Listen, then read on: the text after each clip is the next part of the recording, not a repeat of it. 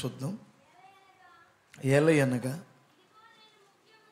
ఇదిగో నేను ముఖ్యమును ఏర్పరచబడినదియు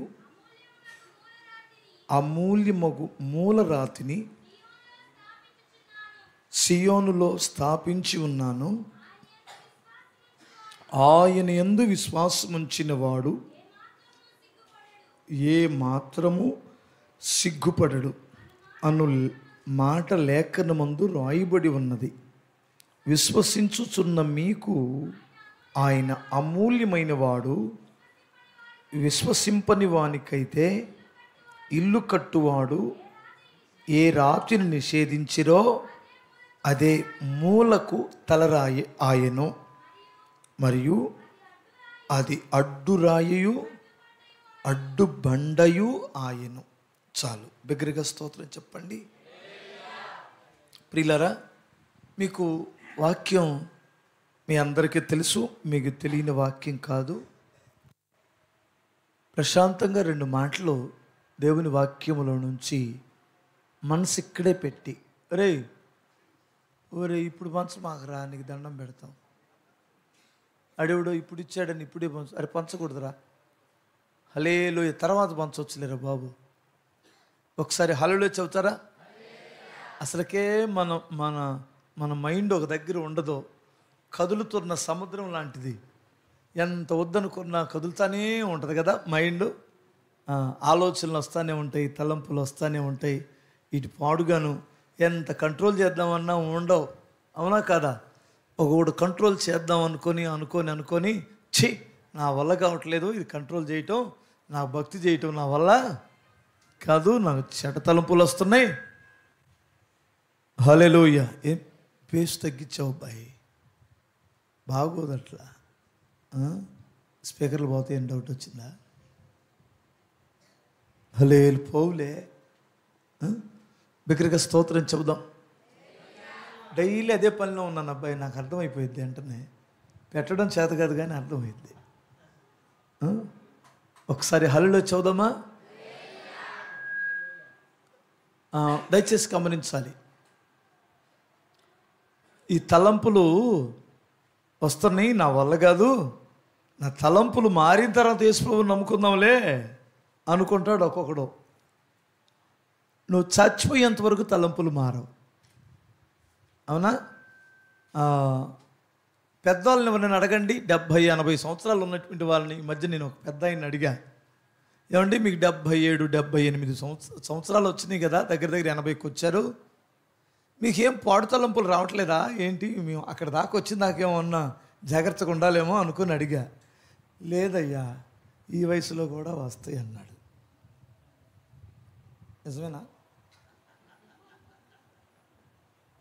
ఉన్నమాట యథార్థంగా మాట్లాడుకున్నాయా? వస్తేలే. ఆయన చెప్పాడు నాకు, వయసుతో పరిమితి ఏమీ లేదు. తలంపులు, అది డబ్బు తలంపులు కావచ్చు, అంటే తలంపులు అంటే వేరుగా అనుకోమాక, ఆడి సంగతి తేల్చేస్తానని తలంపులు కావచ్చు. వాడిని ఎగిరిదంతానో అంటాడు ఒక్కొక్కడు, ముసలోడే, లేవలేడు, తన్నేది లేదా లేదు. ఈ తలంపులు కావచ్చు, చెడ్డ తలంపులు కూడా వస్తాయి. ఇది యవనస్తులకే కాదు, వృద్ధులకు కూడా వస్తాయి. నాకెలా తెలుసు అంటే, ములకలూరులో ప్రార్థన పెట్టాం. ఒక 75 సంవత్సరాల ముసలాయన, అయ్యా ప్రార్థన అయిన తర్వాత పక్కకు రాయ్యా అన్నాడు. ఎందుకంటే మన కష్టాల్లో ఏంది పెద్ద ఆయన అంటే, అయ్యా నీకు సీక్రెట్గా ఒక మాట చెప్పాలయ్యా అన్నాడు. ఏంటి పెద్ద ఆయన చెప్పంటే, కళలు వస్తున్నాయి అయ్యా అన్నాడు. అయ్యాం కళ్ళ దయ్యపు కళ్ళు అయ్యా పోతేలే, భయపడమాక, అంతరాలు బొంతరాలు నేను వెళ్ళావు అన్నా. నేను ఆ కళలు కాదయ్యా అన్నాడు. ఏం కళలు అంటే, పాడు కళలు వస్తున్నాయి ఆ వయసులో. నేను అప్పుడు అనుకున్నాను, అమ్మో ఈ ఎదవ శరీరం బొందలోకి వెళ్ళేంతవరకు దీన్ని నమ్మడానికి వీలు లేదో, దీన్ని పాతి పెట్టిన రోజు మాత్రమే ఓకే అని చెప్పాలి, ఇక అయిపోయింది దీని పని అనాలి. ఏనా నిజమే కదా?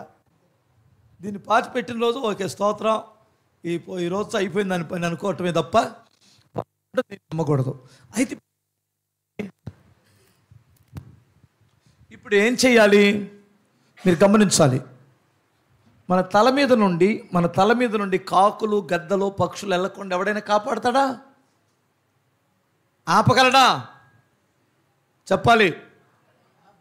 ఆపలేడు. దాన్ని ఆపుదామని ఎవడైనా ప్రయత్నం చేసి సు హే అంటున్నాడు అనుకో, ఇదికైతే మెంటలు వచ్చినట్టున్నాయి, ఎర్రగడ్డ హాస్పిటల్లో జాయిన్ చేయమంటారు. ఎందుకురా తరుముతున్నామంటే, కాకి బాగూడదు నెట్టేసిద్దే, పక్షి బాగూడదు అన్నాడు అనుకో, వీడికి మెంటలు వచ్చినాయిరా అక్కడ చేర్చమంటారు. వాటిని మన తల మీద నుంచి పోకుండా కాపాడడం, ఆపడం ఎవరి చేత కాదు. అవి రెట్టేసినప్పుడు వాటిని శుభ్రపరచుకోవడమే బుద్ధిమంతుని లక్షణం. స్తోత్రం చెప్పాలి. తలంపు వచ్చిందా? ఇంట్లోకి వచ్చేటప్పుడు మనం ఏం చేస్తాం? ఫస్ట్ ఎక్కడికి వెళ్తాం? ఇంట్లోకి వచ్చేటప్పుడు ఇప్పుడంటే జిబ్బిడోళ్ళు అయ్యారులే, సహజంగా బయటికి వచ్చేటప్పుడు కాళ్ళు కడుక్కొని ఇంట్లోకి వెళ్ళాలి, చెప్పులు బయటిడిసి ఇంట్లోకి వెళ్ళాలి. అలాగనే ప్రతిదినము యేసు రక్తములో కడగబడాల్సిందే ప్రతి మనిషి. స్తోత్రం చెప్పాలి. ఒకవేళ ఇంకొకడు ఉంటాడు అర్తెక్కలోడు, ఆడెవడంటే ఒక ఐదారు పిచ్చుకలు రెట్టేసినాయి అనుకోండి, అది అలాగే ఉందనుకోండి, ఇక శుభ్రంగా ఇదేదో తక్కెలపాడు చెరువట్టుంది, మేము ఎక్కడెక్కడి నుంచి వచ్చి పక్షులు గూడు పెట్టుకొని ఉండొచ్చు, ఏంటి సీరియస్గా చూస్తున్నావు అబ్బాయి, హల్లెలూయా, గూడు పెట్టుకొని ఉండొచ్చు అనుకొని వాడు బ్రతుకు బస్ స్టాండ్ చేస్తాయి, కంపు కొట్టిపోయి గుడ్లు పెట్టి పిల్లలు పెడతాయి. ఆడే పాపిష్టోడు. ఎప్పటికప్పుడే మనము సరిచేసుకోవడానికే చర్చికి వస్తున్నాం. స్తోత్రం చెప్పాలి. అర్థమవుతుందా? అట్లా అని రోజు పాపం చేసి కడుక్కోమని కదా దాని అర్థం. తలంపుల దగ్గర ఆగిపోతే ధన్యుడివి. తలంపులు కడుక్కోవడానికి వస్తున్నాం. ఆత్మ తానే నీతో తన కుమారుడని సాక్ష్యము ఇస్తుందన్నాడు. హల్లెలూయా. పరిశుద్ధాత్ముడు మనలో ఉండి ఎప్పుడు మన కంట్రోల్ చేస్తూ ఉంటాడు. ఏమని కంట్రోల్ చేస్తాడంటే, నీవు దేవుని బిడ్డవి, దేవుని కుమారుడివి, కుమార్తెవి, ఈ మాట మాట్లాడతగునా? ఎవరిస్తారు ఈ సాక్ష్యం? లోపల ఉన్న పరిశుద్ధాత్మ దేవుడు సాక్ష్యం ఇస్తాడు. అదే లోకస్తుడు అనుకోండి, వాడు మాట్లాడిందే మాట, ఆడిందే ఆట, పాడిందే పాట. అర్థం చేసుకోండి. మన గురి దేవుని మీద ఉండాలి. మంచిది. ఇక్కడ నేను 3 రాళ్ళు చదివాను, మీకు కూడా అర్థమైంది. ఏమిటంటే మూలరాయి. ఏంటమ్మది? మూలరాయి, తలరాయి, అడ్డురాయి. స్తోత్రం చెప్పాలి. ఖచ్చితంగా ఈ 3 రాళ్ళు కూడా యేసు ప్రభు వారికే సాదృశ్యంగా ఉన్నాయి. సియోను అనగా సహవాసము అని అర్థం. సహవాసములో నేను ఒక మూలరాతిని స్థాపించాను అన్నాడు. హల్లెలూయా. నేను ఒక మూలరాతిని స్థాపించాను అన్నాడు. నువ్వు ఏ సంఘము కట్టబడినా, ఏ వ్యక్తి క్రీస్తులోనికి వచ్చినా, ఈ మూలరాతికి ఖచ్చితంగా సరిపోవాలి మన జీవితాలు. గమనించాలి. ఇప్పుడు ఇల్లు కట్టేటప్పుడు ఒక మేస్త్రి ఏం చేస్తాడు? మూలమట్టం వేస్తాడా? మూలమట్టం వేసి ఆ మూలరాతికి ఇటు దారం కడతాడు, ఇటు దారం కడతాడు. నువ్వు ఏ రాయి వచ్చి అక్కడ కూర్చోవాలన్నా దేనికి సరిపోవాలి? మూలమట్టానికంటే మూలరాతికి సరిపోవాలి. హల్లెలూయా. ఇప్పుడు మూలరాతికి సరిపోయేటట్లు ఉంటేనే గోడ మీదకి ఎక్కించాలి దాన్ని. ఒకవేళ మూలరాతికి సరిగా లేదు అనుకుంటే దాన్ని తీసి పక్కనేసేయాలి. అది సరిపోదు, లేదా దాన్ని చెక్కాలి. స్తోత్రం చెప్పాలి. ఈ చెక్కే పనిని ఇప్పుడు చాలామంది సేవకులు పట్టించుకోవటం లేదు. చెక్కితే ఈ రాళ్ళు ఊరుకోవటం లేదు. అవునా కాదా? చెక్కడం అంటే సరి చేయటమే కదా. ఇప్పుడంటే ఇటుక రాళ్ళు వచ్చినాయి కాబట్టి చెక్కే పని లేదు. ఇటుక రాళ్ళు వచ్చినాయి కాబట్టి చెక్కే పని లేదు. ఒకప్పుడు ఏ రాళ్ళు ఉండేవి? మొద్దురాళ్ళు, మామూలుగా కొండరాళ్ళు ఉండేవి. కొండరాళ్ళు ఉన్నటువంటి కొండరాళ్ళు పెట్టాలంటే ఆయన చేతిలో ఊలి చుత్తే 2 ఉండేవి. వాటితో కొట్టి కరెక్ట్గా వాటిని తయారు చేసి కానీ దాని మీద పెట్టేవారు. ప్రియులారా, మీరు గమనించాలి, ఏ క్రైస్తవుడు చెక్కడానికి ఇష్టపడతాడో, చెక్కబడడానికి ఇష్టపడతాడో, ఎవడు సరిచేయబడడానికి ఇష్టపడతాడో వాడు ఆ మూలరాతికి సరిపోయేటువంటి వాడుగా మార్చబడతాడు. హల్లెలూయా. నువ్వు ఎవరైనా చర్చికి వస్తే, ఎవరైనా దేవుని రాజ్యాన్ని ఆశిస్తే, ఎవరైనా నిత్యత్వములో నీకు ప్రవేశించాలనుకున్నట్లయితే నీవెక్కడ సరిపోవాలి? మూలరాతికి సరిపోయేటట్లు ఉండాలి. మూలరాతికి సరిపోయేంత వరకు దైవజనుడు ఏం చేయాలి? ఖచ్చితంగా చెక్కాలి. ఇది ఇటికలతో కట్టబడిన ఇల్లు కాదు. మీకు అర్థమవుతుంది అనుకుంటాను. హల్లెలూయా. ఒకవేళ రాళ్లతో కాక ఇటికలతో కడితే ఏమైందంటారు? ఒకసారి మీరు చూడండి. ఆదికాండము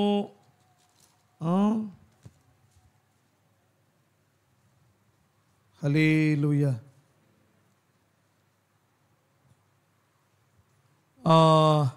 11వ అధ్యాయము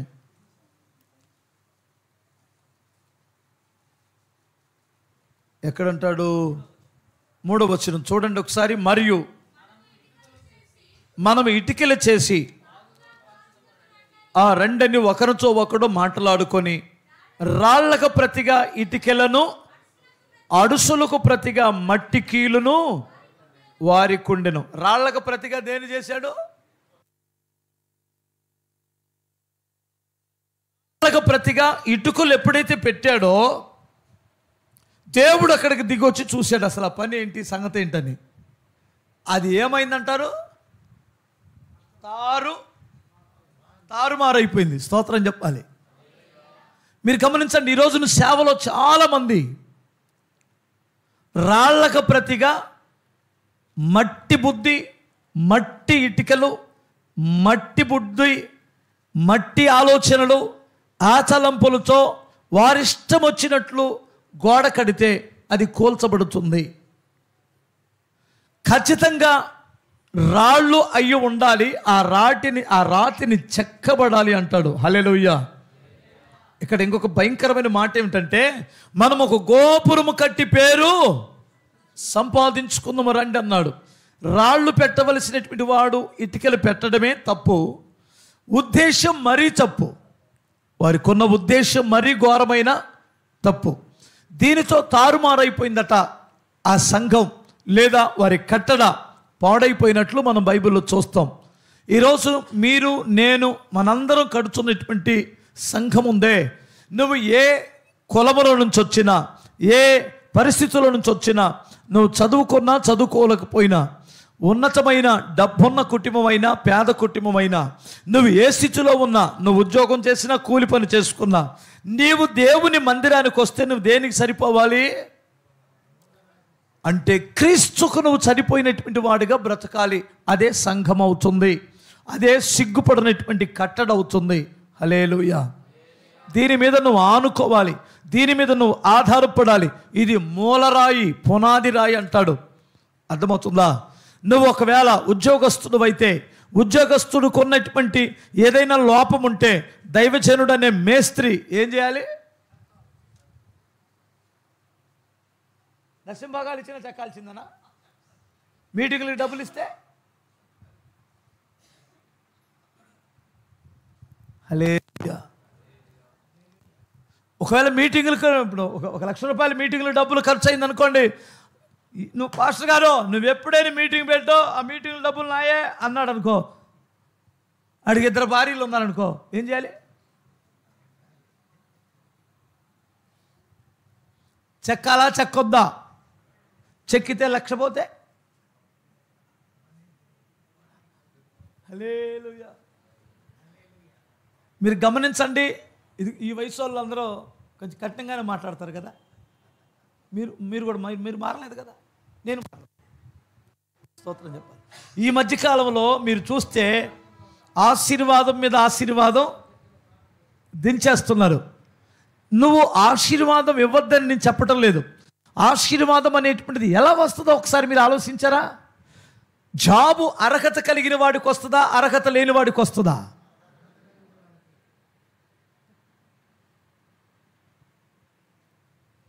మన ముఖ్యమంత్రి గారు ఉన్నారు అనుకో, మీకు నేను గెలిస్తే 1,00,000 జాబులు ఇస్తాను, 2 లక్షల జాబులు ఇస్తాను అంటాడు. ఎవరికి ఇస్తాడు? చూసారా? ఎన్ని లక్షలు ఇచ్చినా, 10 లక్షల జాబులు ఇచ్చినా ఎవరికి ఇస్తాడు? అడికంటూ ఒక అర్హత ఉండాలి కదా.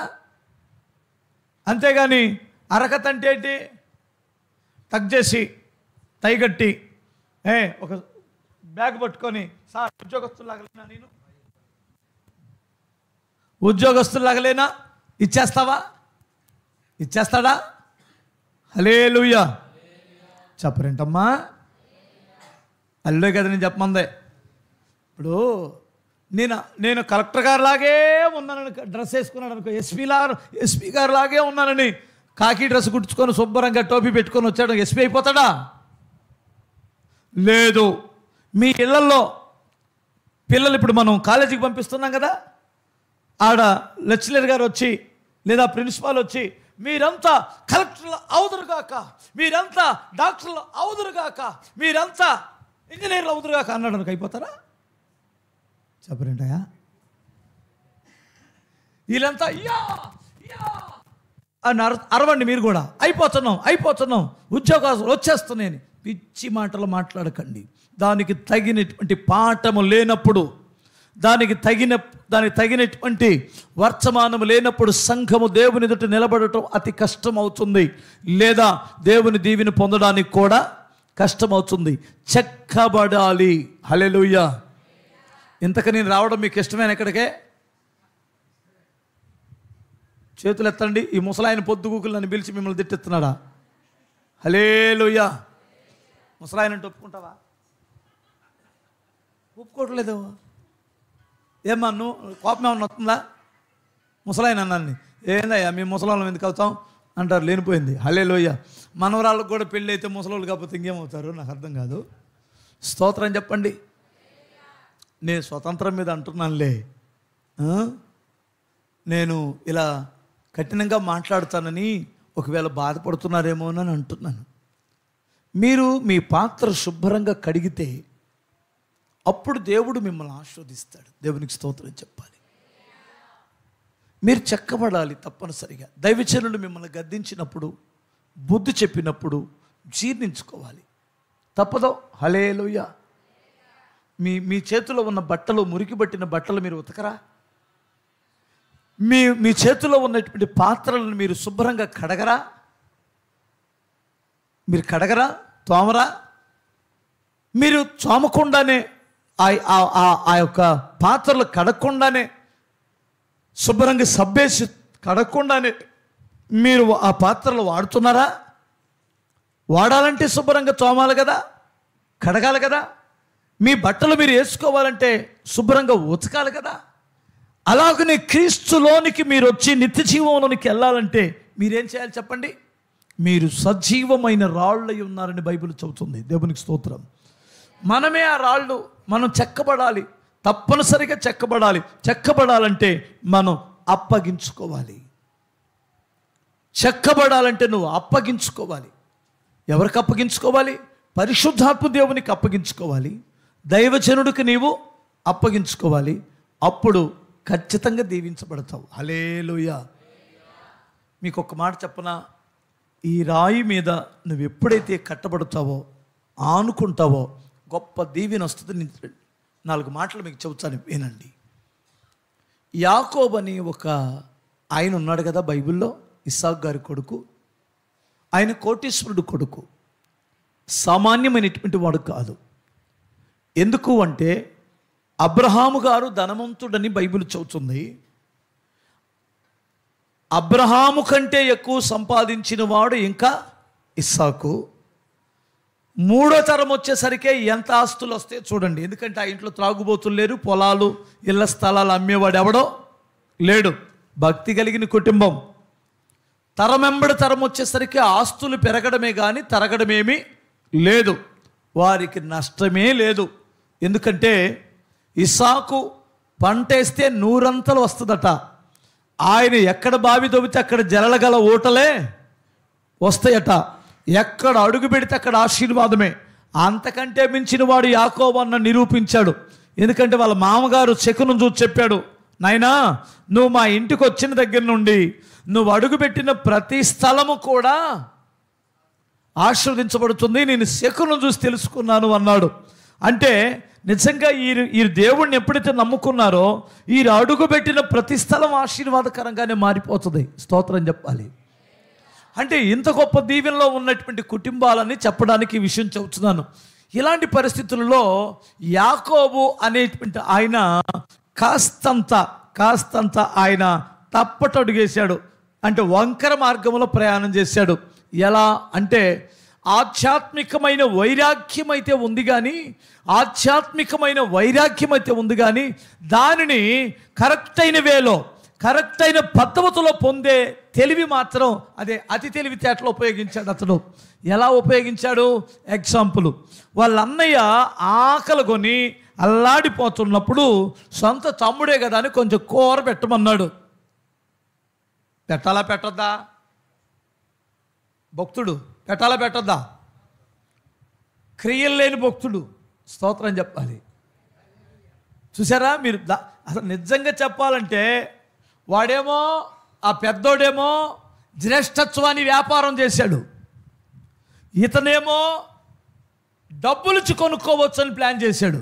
సీమోన్ అనేటువంటి వాడు ఆ వరాన్ని డబ్బులిచ్చి కొనాలని చూస్తే నీ హృదయం దేవుని ఎదుట సరైనది కాదు అన్నాడు. గమనించారా?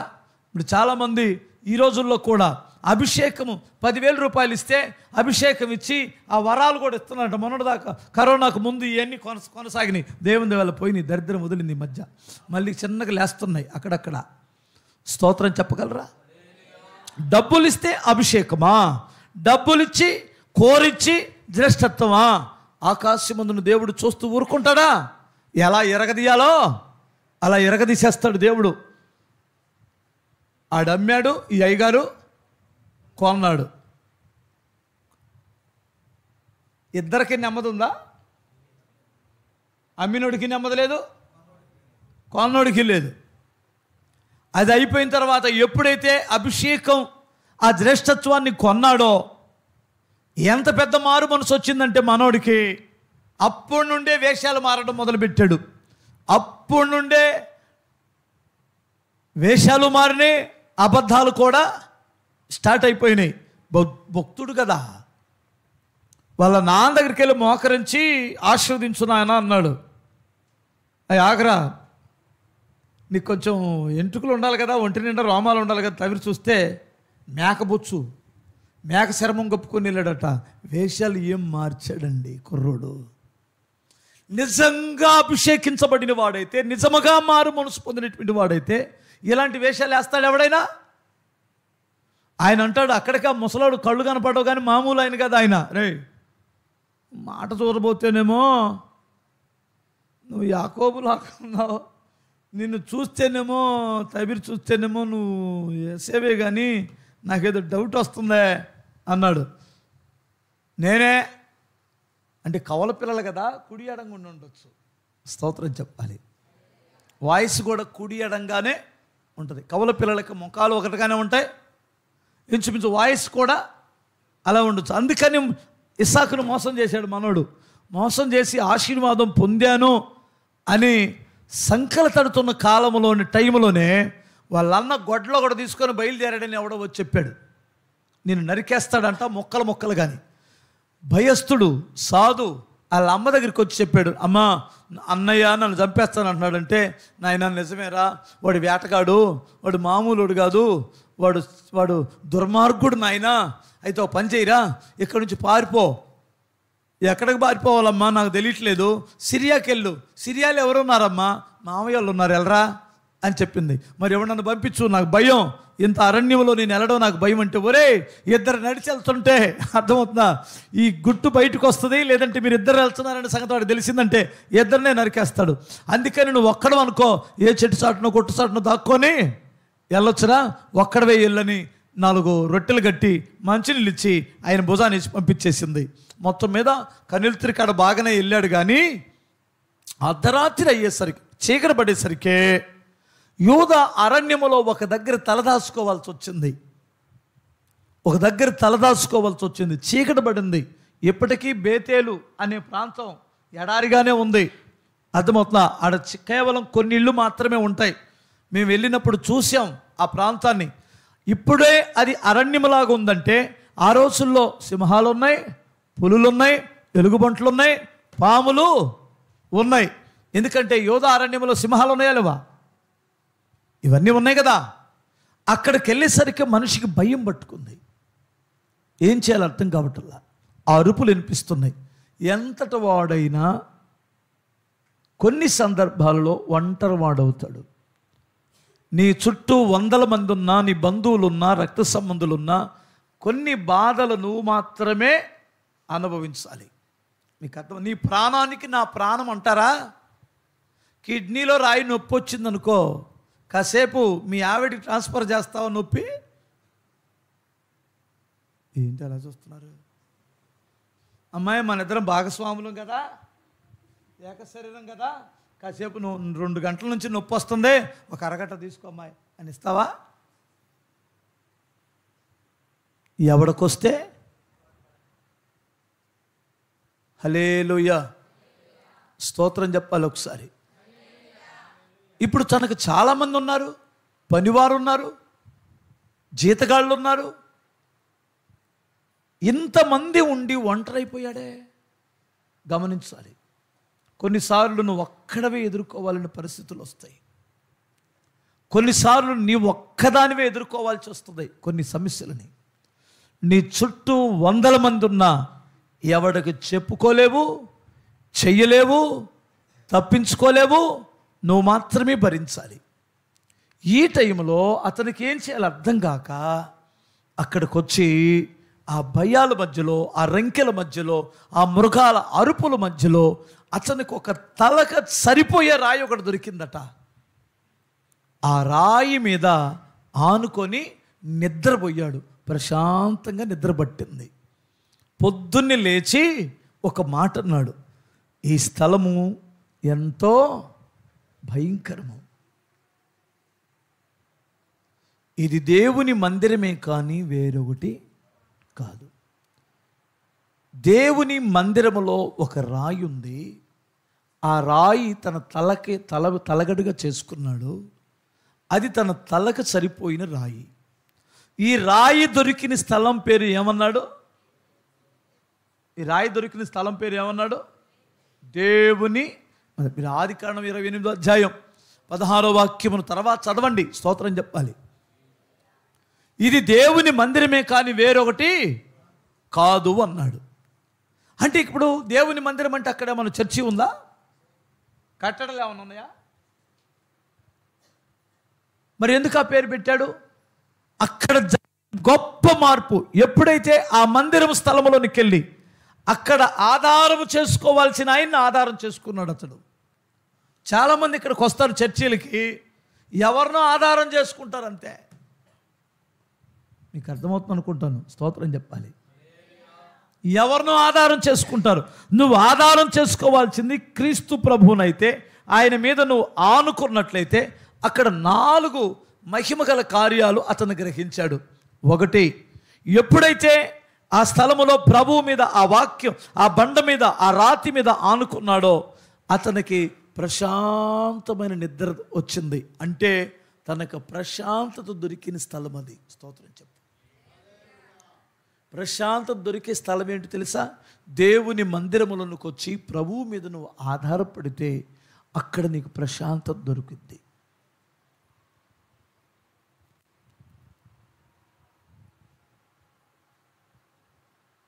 ప్రభు మీద ఆధారపడినప్పుడు మాత్రమే నీకు ఆ ప్రశాంతత దొరికిద్ది. లేదంటే నువ్వు చర్చికి వస్తావు, నీ సీనియారిటీ పెరిగిపోయిద్ది, నేను ఇప్పుడు దాన్నా ఇప్పుడు వాడినా, ఎంతమంది ఇలాంటి వాక్యాలు ఎన్నాను.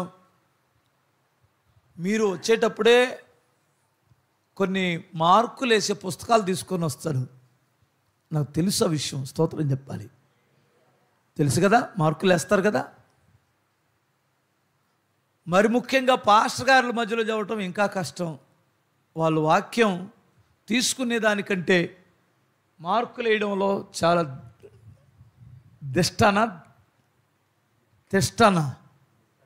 దిట్ట. అందుకని కొన్ని స్థలాల్లో ఎప్పటికీ మనుషులను దృష్టిలో పెట్టుకొని వాక్యం చెప్పాల్సిన అవసరం, దేవుని ఉద్దేశాన్ని మాత్రమే దృష్టిలో పెట్టుకొని చెప్పాలి. హల్లెలూయా. నేను గ్రహించినటువంటిది ఏమిటంటే, ఒక దైవజనుడు ఇదే స్థలంలో నిలబడినప్పుడు పూర్తిగా దేవుని పక్షాన నిలబడి మాట్లాడాలి. మీరందరూ ఎటు తిరిగారు? నా వైపు తిరిగారు కదా. నేను మీ వైపు తిరిగాను. వాక్యం ఎక్కడుంది? నా వెనకుందా, నా ముందుందా? ఇదిగో ఏదయ్యా వాక్యం ఇక్కడుందా? స్తోత్రం చెప్పాలి. నేను మా చర్చిలోనైతే ఒక పేరు రాస్తాను, నేను సర్వశక్తి గల దేవుడును అని. స్తోత్రం చెప్పాలి. ఇప్పుడు ఇక్కడ నిలబడినటువంటి వాడు ఇటు తిరిగితే పూర్తి ఎవరి పక్షాన మాట్లాడుతున్నట్టు చూసారా? ఇక్కడ మొహమాటాలు ఉండకూడదు, ఇక్కడ జాలి కనికరాలు దయలో ఉండకూడదు, ఏమన్నా అనుకుంటారేమోనని వెళ్ళిపోతారు ఉద్దేశాలు ఉండకూడదు. ఎందుకంటే ఇక్కడ నిలబడిన దైవజనుడు పూర్తిగా ఈయన పక్షానే మాట్లాడాలి. ఆడే నిజమైన దైవజనుడు అనబడతాడు. అతను దేవుడు చెయ్యప్పుడు విడవడు. 2, ఇంకొక స్థలం ఉంది, ప్రజల పక్షాన మాట్లాడే స్థానం ఇంకొకటి ఉంది. అదేమిటంటే మోకరించినప్పుడు కేవలము ప్రజల పక్షానే దేవుడితో మాట్లాడాలి దైవజనుడు. ఇంకా రెండో పక్షమే లేదు. స్తోత్రం చెప్పాలి. అయ్యా పాస్టర్ గారు అర్థమవుతుంది అనుకుంటాను, మీకు అర్థంగానే ఉంది. మోకరించినప్పుడు మాత్రం అప్పుడు మనుషులు ఎవడో ఉండడో, అప్పుడు ఎవరి పక్షాన మాట్లాడతాడు దేవుడితో? అంతే.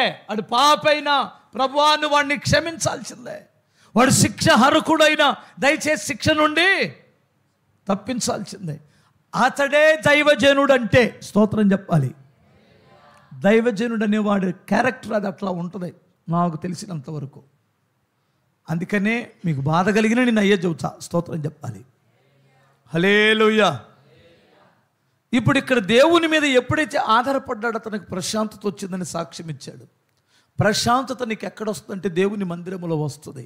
అది ఆయన మీద ఆనుకున్నప్పుడు, ఆ రాతిని తలగడగా చేసుకున్నప్పుడు. రెండో విషయం చెప్పాడు, అతను పడుకున్న దగ్గర నుండి ఒక నిచ్చెన పరలోకానికి భూమికి ఉందట. దేవదూతలు ఎక్కుతున్నారు, దిగుతున్నారు. అంటే అక్కడికి వచ్చి ఎప్పుడైతే ఆ రాతిని తలగడగా చేసుకున్నాడో సృష్టికర్త అయిన దేవునితో ఫ్రెండ్షిప్ ఏర్పడింది అతనికి. దేవునికి స్తోత్రం. సహవాసం ఏర్పడింది. తండ్రి, అబ్బా అని పిలవగలుగుతున్నాడు. మీకు అర్థమవుతుంది అనుకుంటాను. మీకు చలనం లేదు. హల్లెలూయా. మీకు చలనం లేదు, నాకు అర్థమవుతుంది. గమనించాలి. దేవునితో సత్సంబంధం ఏర్పడింది. దేవునితో అతనికి సత్సంబంధం ఏర్పడింది. హల్లెలూయా. దేవునితో ఎప్పుడైతే సంబంధం ఏర్పడిద్దో అతని ముందు ఎవడో నిలబడలేడు. సాతానుడికి చోటు లేదు. పాపాన్ని జయించగలడు, లోకాన్ని జయించగలడు. ఎవరి శక్తితో? దేవుని శక్తితో. అదే గమనించాలి. 3, అక్కడ వాగ్దానములు అతనికి లభించినాయి సమృద్ధిగా. నిజంగా చెప్పాలంటే గుత్తులుగా దొరికినాయి అక్కడ వాగ్దానాలన్నీ, ఫలాలన్నీ అక్కడ దొరికినాయి, దీవెనలన్నీ అక్కడ దొరికినాయి. స్తోత్రం చెప్పాలి. ఇంకొక మాట చెబుతాను. అతను చివరిలో ఒక మాట అన్నాడు, ఇది పరలోకపు గవిని అన్నాడు. స్తోత్రం చెప్పాలి. ఆ రాతి మీద ఆనుకున్నటువంటి వాడికే పరలోకపు గవిని వస్తుంది. అక్కడే దీవెన వస్తుంది, అక్కడే ఆశీర్వాదం వస్తుంది. నువ్వు దేవుని మందిరానికి వచ్చావా? ఇక్కడ ఖచ్చితంగా ఈ రాతి మీద నువ్వు కట్టబడాలి. ఈ రాతి మీద ఆనుకోవాలి. ఈ మూలరాతికి సరిపోవాలి నీ పరిశుద్ధత, నీ నీతి, నీ ప్రేమ, నీ విశ్వాసం, నీ భక్తి. నువ్వు ఏదైనా చూసుకో, క్రీస్తుకు సరిపోయేటట్లు ఉండాలి. ఒకవేళ తగ్గితే, ఒకవేళ ఎక్స్ట్రా పాపం ఉంటే దాన్ని సరిచేయబడే వాక్యాన్ని నువ్వు స్వీకరించాలి. హల్లెలూయా. అప్పుడు నువ్వు సరిచేయబడుతున్నావని అర్థం. 2. హల్లెలూయా. ఇక్కడ ఇంకొక రాయి ఉంది, అదేమిటంటే తలకు మూలరాయి. స్తోత్రం చెప్పండి ఒకసారి. అమ్మా నిద్రపోతున్నావు తల్లి, రోజు ఈ టైంకి నిద్రపోతారా?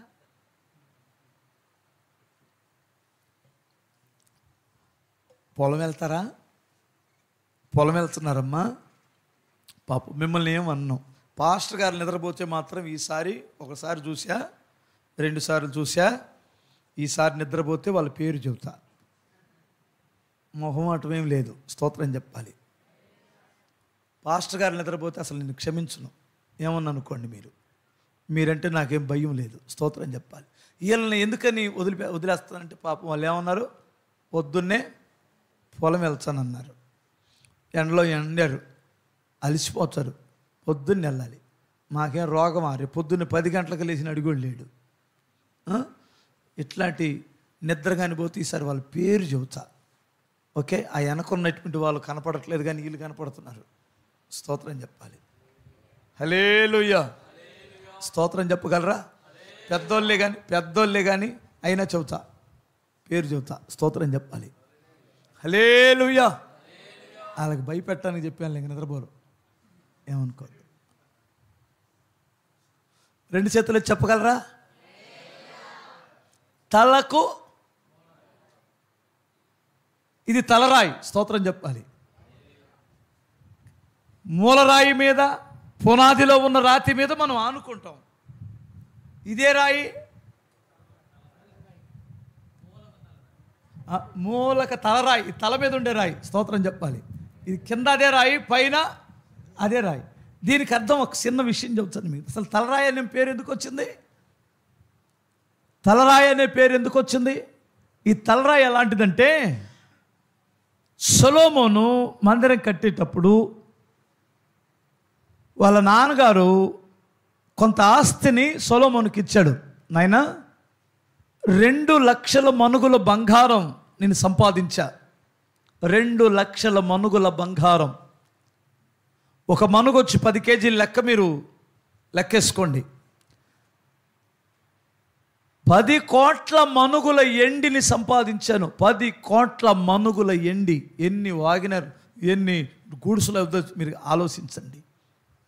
తూచచక్యము కానీ ఇత్తడి, ఇనుము సిద్ధపరిచాను, ఇంకా నువ్వు సంపాదించి కట్టు అన్నాడు.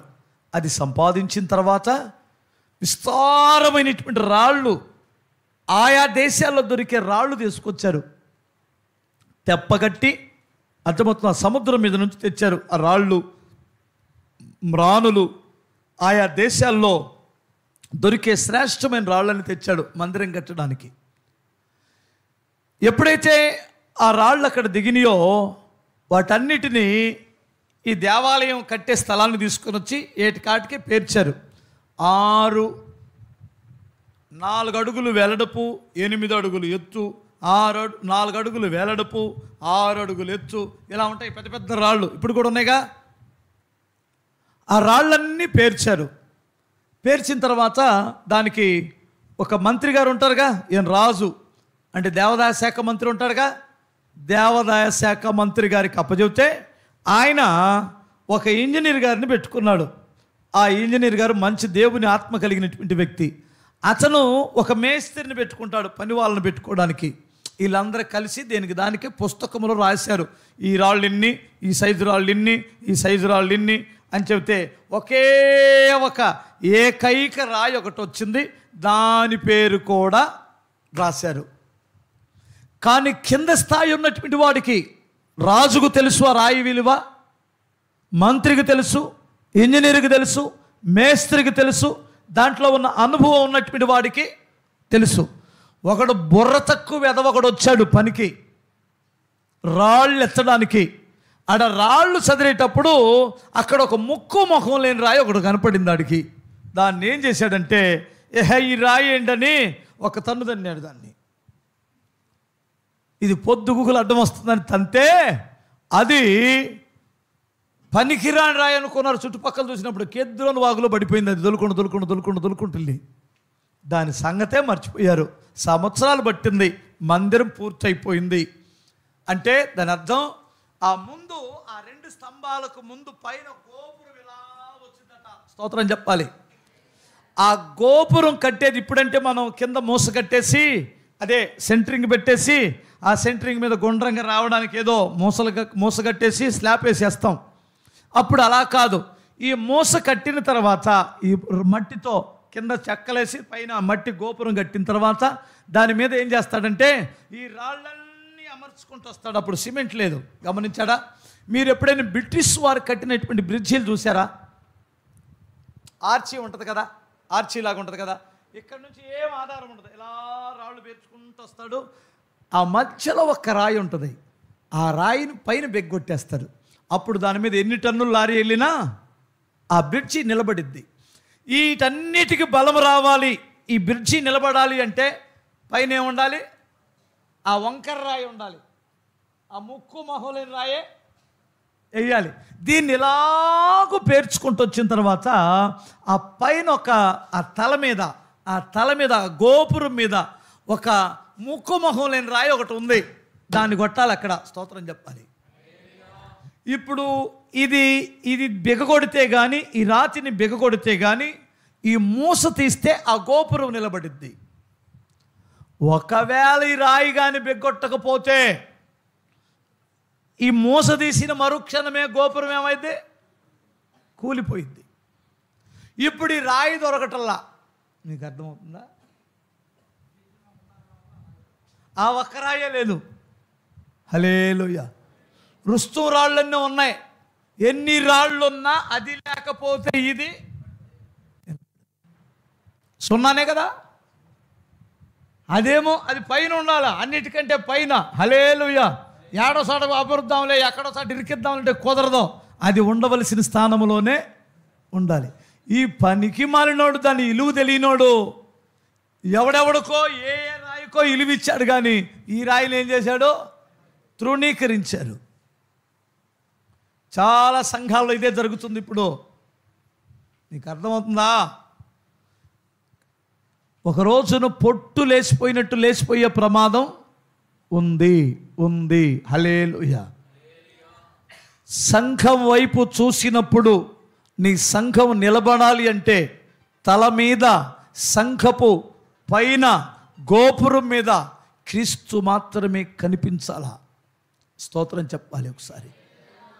హల్లెలూయా. ఈ సంఘం ఎలా నడుస్తుంది బాబు అంటే యేసయ్య ద్వారా నడుస్తుంది. అంతేగాని ఆయన లేకపోతే, ఈయన లేకపోతే, ఆ ఫ్యామిలీ లేకపోతే, ఈ ఫ్యామిలీ లేకపోతే మేము లేము అన్నామంటే నువ్వు ఎప్పుడో పోయావని అర్థం. యేసు లేకపోతే సంఘము లేదు. స్తోత్రం చెప్పాలి. నా బాధ అర్థమవుతుందా? నాకేం ఓపిక లేదు అంతగా. స్తోత్రం చెప్పాలి. ఇప్పుడు 3 ఆరాధనలో నిలబడి ఇక్కడికి వచ్చాను నేను. మీరు దర్జాగా కూర్చొని ఇలా చూస్తున్నారు, నాకు అర్థమవుతుంది. మేము సేవకులు, మా డ్యూటీ మేము చేయాలా. హల్లెలూయా. స్తోత్రం చెప్పండి ఒకసారి. ఇప్పుడు అరే ఈ రాయి ఎదురా అంటాడు మేస్త్రి వచ్చి. ఎవడుకోడే బెల్లం కొట్టిన రాళ్ళలాగా ఉన్నారు. సరే వీళ్ళు కంగారు పడుతుంటే ఇంజనీర్ గారు వచ్చి ఏంది కంగారు అన్నాడు. రాయి కనపట్లేదు అన్నాడు. రాయి కనపట్లేదా? అమ్మో, అసలు ముఖ్యమైన రాయి అదేరా బాబు. ఈ లోపల ఇంజనీర్ గారు ఆయన దగ్గరికి వెళ్ళి మంత్రి గారి దగ్గరికి వెళ్ళింది. మంత్రి గారు కంగారు వచ్చి ఆయన వచ్చాడు. ఆయన వచ్చుంటే ఆయన వచ్చిన తర్వాత రాజుగారు ఏంటి రా కంగారు అంటే ఆ రాయి కనపట్లేదంట. ఏ రాయి? తలరాయి కనపడట్లేదు. హల్లెలూయా. ఈ ఎదవరాళ్ళన్నీ ఉన్నాయి. ఎన్ని ఉంటేనేమి గోపురం నిలబడాలి కదా. స్తోత్రం చెప్పాలి. మా చర్చిలో అసలు బాగా డబ్బులు ఉన్న వాళ్ళు ఉన్నారు పాస్టర్ గారు, ఎంప్లాయీస్ ఉన్నారు. ఇప్పుడు ఉన్నాయి, ఏమైతే తప్పే ఉంది? అసలు ఆయన ఉన్నాడా? మా చర్చిలో కోయిర్ వారు ఉన్నారు పాస్టర్ గారు, అసలు మా చర్చిలో యూత్ ఆయన ఉన్నాడా?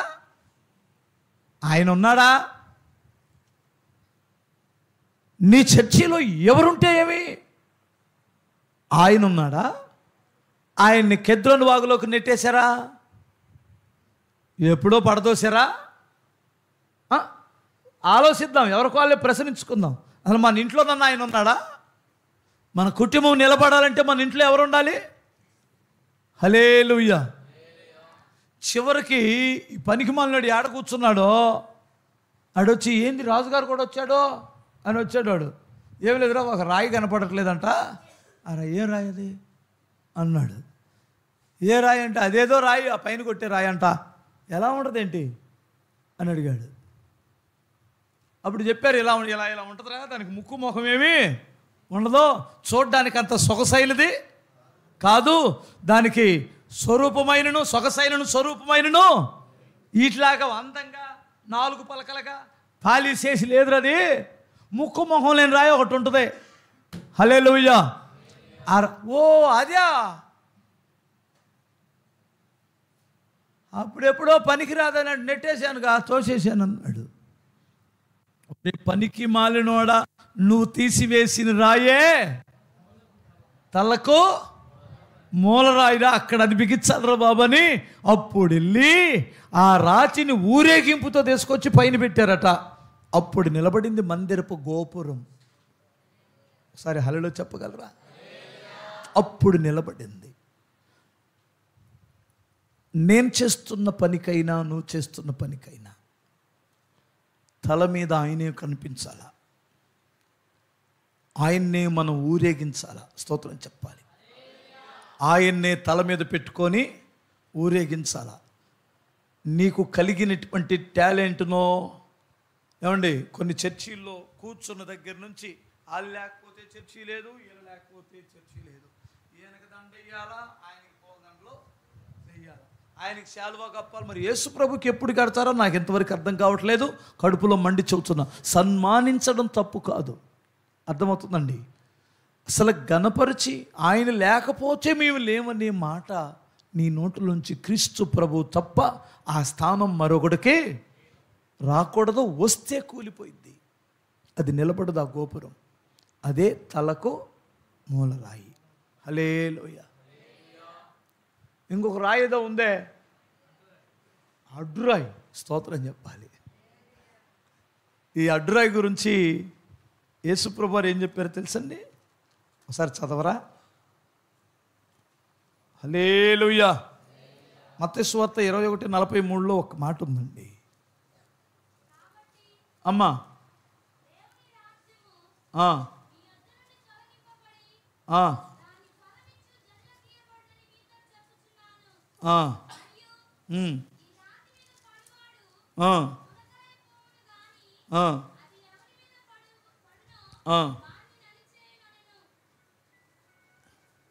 ఏది ఇంత ప్రమాదంగా మారిందమ్మా?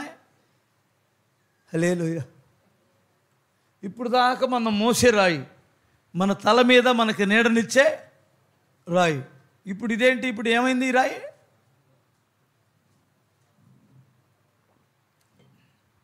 దీని మీద పడితే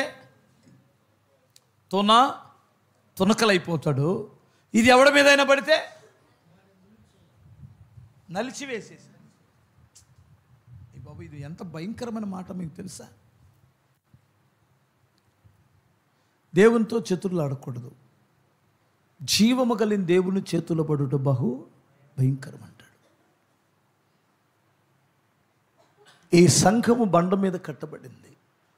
ఈ బండని అనుసరిస్తే అనుసరించు, దీని మీద ఆనుకుంటే ఇదిగో నేను ఇందాక చెప్పిన 4 విషయాలు వస్తాయి. దీనికి అడ్డుగా కానీ నువ్వు నిలబడ్డావో, దీని మీద పడాలని చూసావో ముక్కలు ముక్కలైపోతావు అంటాడు. రాజ్యాలు నిలబడలా, చక్రవర్తులు నిలబడలా, సంఘాలకు వ్యతిరేకంగా లేచిన కుటుంబాలు సర్వనాశనమైపోయినాయి. సంఘానికి వ్యతిరేకంగా పగబట్టి, అర్థమవుతుందా, చర్చికి వెళ్ళేటువంటి వారిని చెడగొట్టి తప్పుడు ప్రచారాలు చేసినటువంటి వాళ్ళ ఇల్లు పెంట కుప్పలుగా మారిపోయినాయి. చాలా ప్రమాదం. మర్యాదగా ఒకవేళ నువ్వు చర్చికి వెళ్ళదలుచుకోకపోతే నోరు మూసుకొని నీ పని నువ్వు చేసుకొని బతుకు. ఇక్కడ ఎవరైనా ఉన్నారేమో నాకు తెలీదు, నేను జాగ్రత్తగా చెప్పాలనిపిస్తుంది, చెప్తున్నాను. సబ్జెక్ట్ ఇది వచ్చింది కాబట్టి చెబుతున్నా. స్తోత్రం చెప్పాలి. నేను ఆ రూట్లో వెళ్తున్నాను కాబట్టి ఈ విషయాలు చెబుతున్నాను. అంతేగాని ఉద్దేశపూర్వకంగా నేనేం చెప్పడంలా. మీకు ఒక విషయం చెబుతాను, వినండి. సంఘానికి వ్యతిరేకంగా లేచినటువంటి ఏ రాజ్యాలు నిలబడలేదు, ఎవడో గెలవలేదు, ఏ కుటుంబాలు బాగుపడలేదు. నీరో చక్రవర్తి అని ఒకడు ఉన్నాడు కదా, రోమ్ చక్రవర్తి. ఆడు మహాదుష్ట చక్రవర్తి. ఆడికి జాలి, కనికరం, దయ లేదు. వరస వాయులు కూడా అంతకంటే లేవు. పదవీ దాహం కలిగినటువంటి ఒక మూర్ఖుడు, రక్త పిశాచి. ఈ పిశాచి ఒక రోజున ఒక ప్లాన్ చేశాడు. రోమ్ పట్టణాన్ని శుభ్రంగా తీసేసి ఒక క్రొత్త పట్టణాన్ని మనం కడితే ఎలా ఉంటుంది అనుకొని ఆలోచన చేసేవాడు.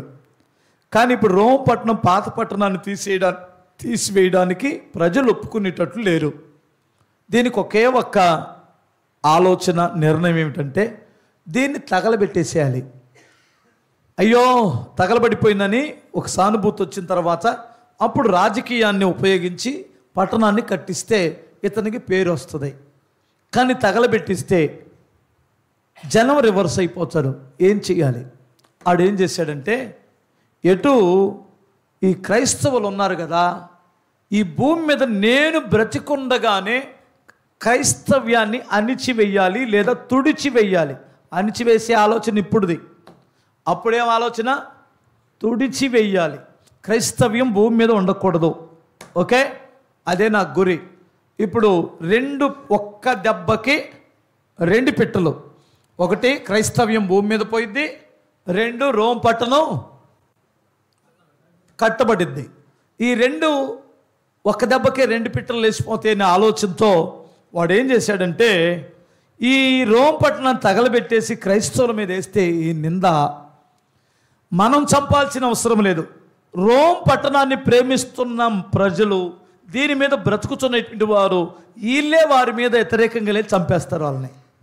లేదా మనమే చంపుతుంటే వీరి మీద ఎవడు సానుభూతి చూపించరు అని రోమ్ పట్టణాన్ని తగలబెట్టేసేసి ఇదే నింద క్రైస్తవుల మీద మోపాడు. ఇప్పుడు చూడండి వాళ్ళ పరిస్థితి ఎంత దారుణంగా ఉందో.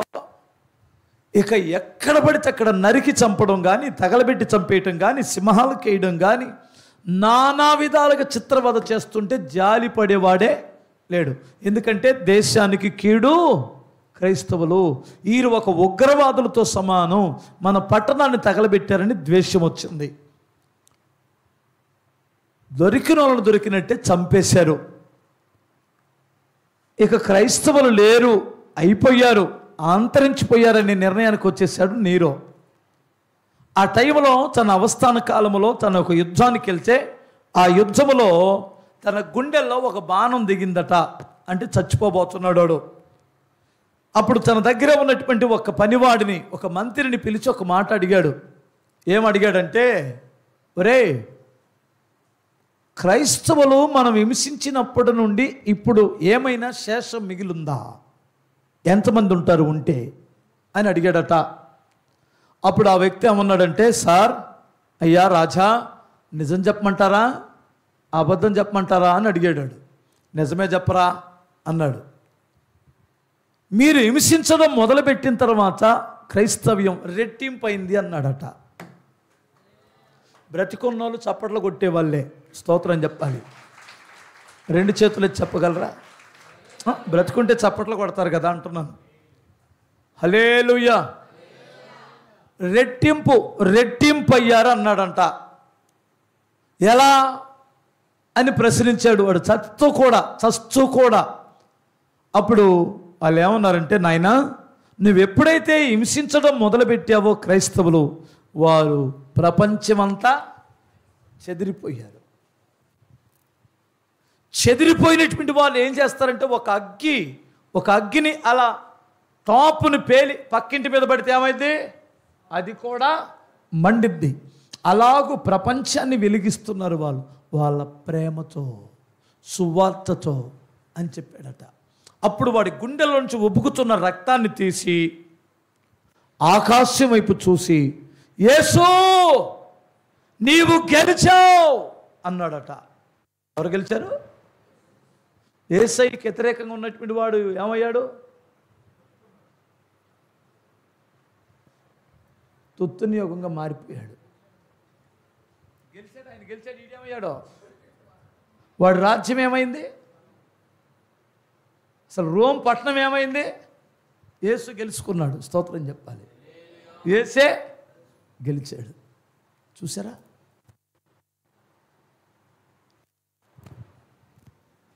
సంఘ పెద్ద పేరుతో, సీనియారిటీ పేరుతో ఈ రోజున సంఘాలను పాడు చేసే వాళ్ళు చాలామంది ఉన్నారు. జాగ్రత్త, అది మీ క్షేమం కాదు. ఇష్టమైతే చర్చికి వెళ్ళు, కష్టమైతే చర్చి ఇడిచిపెట్టి వేరే చర్చికి వెళ్ళు. ఏమనుకోవద్దన్న, చర్చికి మాత్రం కీడులు ఎవరో చేయకండి. ఇక్కడ ఏదో జరిగిందని నేను చెప్పట్లేదు. నేను లైన్లో వెళ్తున్నాను, నా లైన్లో నేను వెళ్తున్నాను. స్తోత్రం చెప్పాలి. హల్లెలూయా. నా టైం అయిపోయింది, మీ పని కూడా అయిపోయింది. నిండు వందనాలు. ఏమన్నా గుర్తున్నాయా? పోయినాయి అంటారా? స్తోత్రం చెప్పండి. ఈ మధ్య మ్యాజిక్ స్లాట్ ఏదో పలక తెచ్చారండి. రాస్తున్నప్పుడు చక్కగా స్పష్టంగా రాయబడింది. కింద ఒక బటన్ ఉంది, నొక్కని మళ్ళీ రాసుకోవచ్చు. మరలా బటన్ నొక్కగానే అని ఒక బటన్ నొక్కేసి వెళ్ళిపోండి. ప్రార్థన చేసుకుందాం. అర్థమైందా మీకు? ఒక బటన్ నొక్కేసేయండి. అట్లా నొక్కుతారా? హల్లెలూయా. బటన్ నొక్కడం అంటే తెలుసు కదా. వామ్మే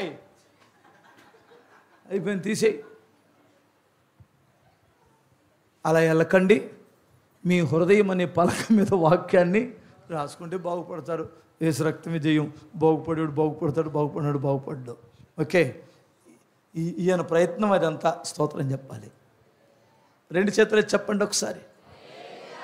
నేను మాత్రం ఎప్పుడైతే దేవుణ్ణి నమ్ముకొని వాక్యాన్ని నమ్మానో, అర్థమవుతుందా, నా బ్రతుకు మారింది, నా స్థితిగతులు మారిపోయినాయి. స్తోత్రం చెప్పాలి. ఫస్ట్ నా బ్రతుకు మారింది, తర్వాత నా స్థితిగతులు మారిపోయినాయి. బ్రతుకు మారకుండా స్థితిగతులు మారాలనుకోవడం మన బుద్ధిహీనత. ఓకే, క్రీస్తులోకి మన జీవితాలు మారితే మన స్థితిగతులు కూడా దేవుడు మార్చేస్తాడు. ప్రార్థన చేసుకుందాం. దయగలిగిన తండ్రి, మీకు స్తోత్రం. వాక్యం విన్న ప్రతి బిడ్డను దీవించండి నాయనా. ఈ వాక్యం దుష్టుడు ఎత్తుకొని పోకుండా కాపాడండి.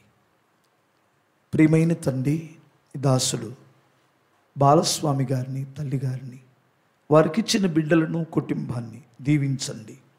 చేరువచ్చిన దైవజనులు ప్రభువా, మరి దియా ప్రసోదరవనను, సాల్మనను ప్రభువా, ఇంకా ఎంతోమంది దైవజనులు పేరు పేరు వరుసన జ్ఞాపకం చేసుకున్న ఆయన, ఈ పట్టణాన్ని మీరు పట్టుకోండి. ఈ పట్టణంలో ఉన్న నామకార్థపు జీవితాలను మీరు మండించండి. సత్యములోనికి రావడానికి సహాయం చేయండి. కనికరం చూపండి నాయన. ఈ పట్టణంలో ప్రయాసపడుతున్న దైవ సేవకులందరినీ దీవించండి ప్రభువా. మా ప్రయాస వ్యర్థము కాకూడనట్లు ఈ పట్టణ ప్రజలందరినీ రక్షించమని యేసుక్రీస్తు నామములో అడుగుచున్నాను తండ్రి. ఆమేన్.